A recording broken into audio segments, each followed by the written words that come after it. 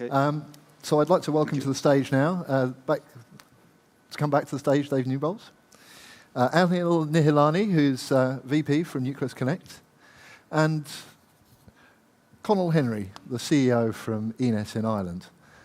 And we're going to be discussing now something that Dave touched on briefly in his talk, and that's whether we should, or whether operators rather, should force FTTH uptake or coverage rather than wait for the consumer to make the choice. So, Dave, you mentioned this earlier. I mean, it's something you've undertaken at JT. What was your reasoning? We couldn't turn off the copper broadband network, and that's what we wanted to do. Right. So we couldn't realise the cost of savings. We couldn't realise any upsell beyond the copper capability, and we couldn't create the platform for the digital economy unless we replace the copper. So it is about forcing the base across and not giving a choice. The parameters of forcing the base across, of course, is that we have to give them something. They can't they can't pay more for it, and it can't be too disruptive. So that's what we created. You have to create something that's compelling enough for them to open the door for you, to allow you to drill holes in their wall, to plonk boxes in there with flashing lights on, and draw some of their power. Right. There's got to be a compelling reason there. Right. I mean, Anil, you've had considerable experience in Singapore with FTTH and rollouts over the last few years. Would you say that making the consumers adopt a service is something that's desirable? Absolutely. I think there was a chart on the last slide. There was a comic strip on one of the earlier speakers that said, by the time the customers want to have it, they're too impatient, and they won't need super fast broadband. I think the reality is that by the time customers realize they need something, just by virtue of the types of services that are available, by virtue of the types of devices that are available, it's too late for network operators to, at that point, start to plan to deploy networks to meet those speed requirements. So to that extent, you need to be ahead. You need to be several years ahead of that requirement. And if you think about it, it's very hard to predict a couple of years out the nature of services and the nature of devices that will be available, and the types of requirements that those devices will demand of the network, and the types of experience that those devices will demand of the network. So absolutely, you have to be there ahead. You have to provide that bandwidth well in advance of what a customer may think he needs. Conal, I mean, you're perhaps in a similar position in Ireland to the UK. There's still a long way to go in terms of getting fibre all the way to the home. Bandwidth demand is growing. Do you see this as a mechanism in Ireland? Well, I suppose we're in a slightly different position from others in that we're not an incumbent. We operate open access fibre optic networks in competition with the incumbent. And what I would say is from a competitive point of view, I hope that that the incumbent doesn't do that, because that would be the right thing to do if I was them. At the end of the day, fundamentally, there will only be one fibre network built into most homes in most Western European. Now, if the incumbent doesn't do it, someone else will. And the only way the incumbent can do it is through a mass fibre build, and the only way that the mass fibre build can work, as I think Dave pointed out in his presentation, is by forced switching. The economics become very interesting in fibre to the home. And I think there's a point that is lost on some people, which is that people assume that because the incumbent has the existing infrastructure and the existing ducting, that they have the best business case. But the incumbent's already getting that revenue. Yeah. So that for them to build fibre to the home is maybe a 20 to 25 euro a month delta. I'm not getting that revenue. Yeah. For me to build fibre to the home is a 0 to 20 euro a month delta. So I've got 20 euro a month benefit. And we're looking at that very closely, and we're very intrigued by that, and we're talking to some finance houses and some banks, and we're thinking, actually, maybe the incumbent isn't the best guy to build these things. So I hope incumbents stick with their copper as long as they possibly can. Makes your life and your future perhaps a little brighter. I mean, consumers aren't perhaps used to being forced to do things, particularly in many of our democratic societies. They're used to having choice. But perhaps there's an element of education that needs to take place. I mean, you were talking, Dave, about people almost being ambassadors for the service. You know, why have I got this? Why has my neighbour got this? And Anil, you were talking about the sort of future. You know, your consumer demand today is not what it's going to be in 2 years' time. How much of a role does education and marketing play in getting the consumers on side? Dave, perhaps if you could. I think it's huge. You know, where would you start to convince the bill payer that they need to do something? Well, start where most pressure comes from. That's generally from kids. Right. Yeah, that really do know how to use this stuff. They don't care whether it's fibre, radio, doesn't matter. This is what they want to do. This is how they live lives. Their lives. So to me, it was all about getting into schools and getting schools interested, which was one reason to connect schools early in the process so that they can get experience of using it at school. So, you know, in the old days in companies, I used to go to work and my IT environment was worse than my home IT environment. Yeah. Of course, now I bring my own device. I bring the device from home, which is much more powerful than the silly little Dell thing they used to give me, or the crappy BlackBerry I used to get from work. I'd rather use my own devices, exactly the same as that. We've got to go where the action is. Right. So it is with not necessarily the bill payer.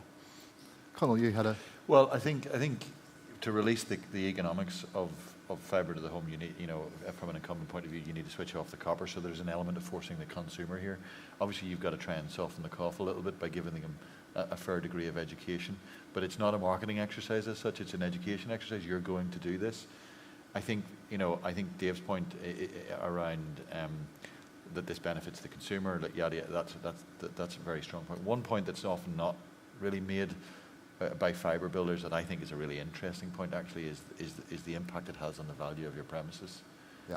You know, and in fact is that a home with fibre is worth 3 to 5% more than an exact same house, a home without fibre, and that's a clincher. Certainly in property obsessed Ireland, that's a clincher. Yeah. You know.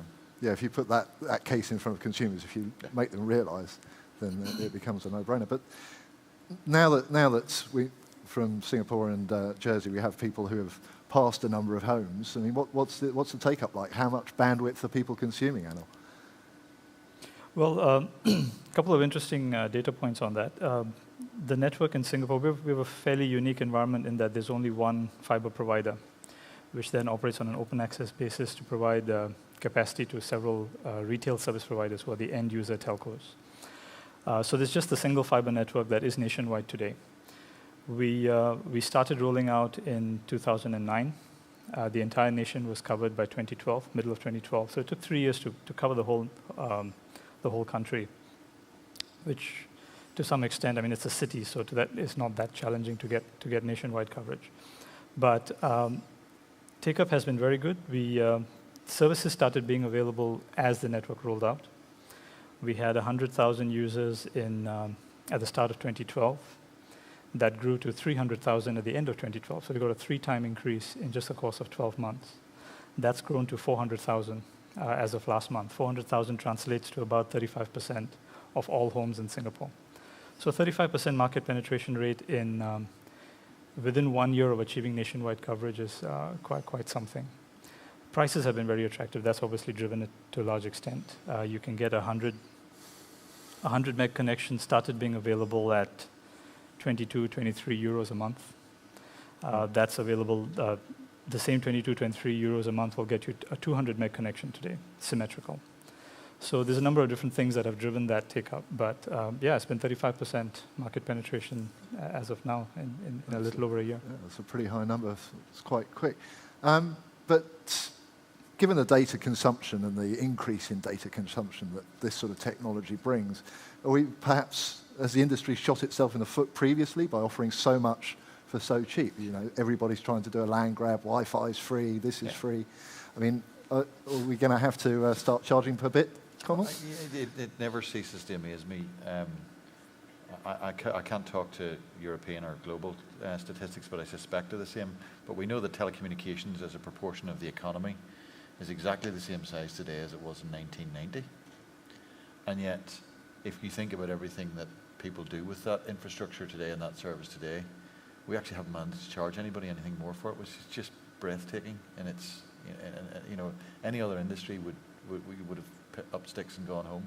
And that's around, you know, dysfunctional competitive models, a lack of creativity in pricing, and a lack of creativity in service provision. But it is something that, unless telecommunications globally gets its head around that, is potentially terminal. Yeah. I mean, Dave, does somebody have to be brave enough to break ranks? I mean, perhaps in your market, it's quite competitive in many ways, but are you going to be the first ones to go out there and say, right, sorry, you're going to have to pay what it's worth. You're going to have to pay for every bit you consume? Yeah, in a market where there's only 100,000 people on the island, and there's 3 broadband providers on the island. We provide the wholesale, obviously, but there's 3 retail providers on the island. We're the only provider on the island that charges or caps and charges overage on broadband. We all charge overage on, or cost per megabyte on mobile, but we're the only one that does it on fixed. So the business case for that, of course, was quite interesting when we introduced that, because we taught customers to devalue broadband as well. But the business case was very much that we knew we would lose X amount of customers. Right. But the incremental value from, or incremental revenue from the overage charge was more than adequately compensating for that loss. So it was a net gain. In fact, the amount of users moving as a result of that was far less than we had forecast. So actually, it enables us to take that earning from that use of broadband and put it back into, effectively, the fibre programme. Yeah. So it has worked for us. There is, though, a lot of noise that comes with it. So there are unforeseen costs that weren't in the business case about managing the noise that occurs because customers are just not used to paying in that fashion for broadband services. Yeah. And of course, we're trying to drive them higher up the value chain. And of course, all they can see is you want me to use it more so that you can earn more. Yes. We'd like you to pay for what you're using. Yes. Okay. I mean, is FTTH the only fruit in this respect? There's been a lot of talk this week about G.fast. Offers quite high bandwidths, and you can stick the ONU on the outside of the building. You don't have to go in and do the wiring. I mean, why do we need FTTH at all? Again, the consumer's going to say, you know, you're trying to sell me a Rolls Royce when all I want's a minivan. We looked at the business case over a 20-year period, right? Which is the only way to do a core infrastructure type business case. And if you look at when you have to reinvest along the way, it just didn't work for us. And you know, having to invest in people just drives up that cost. Right. Yeah. It did not make sense to us. Connell, I mean, to take Dave's point, yeah, every other form of technology that I've looked at, and I'm an accountant, okay, has a life cycle.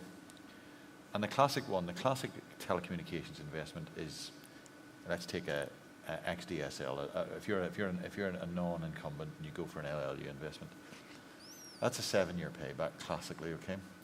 But you build a product that has a 5-year life cycle. You know, so fiber's a 12-year payback, but it is a 40-year life cycle. And that's the point. You know, people are, well, yeah, you know, I'll go for the one with the 5-year life cycle payback, or the 7-year payback because it's shorter than 12. That's dysfunctional thinking. You know, fiber's the only. You know, when we electrified the country, we didn't think about putting batteries in houses just because we couldn't get the wire up to the house.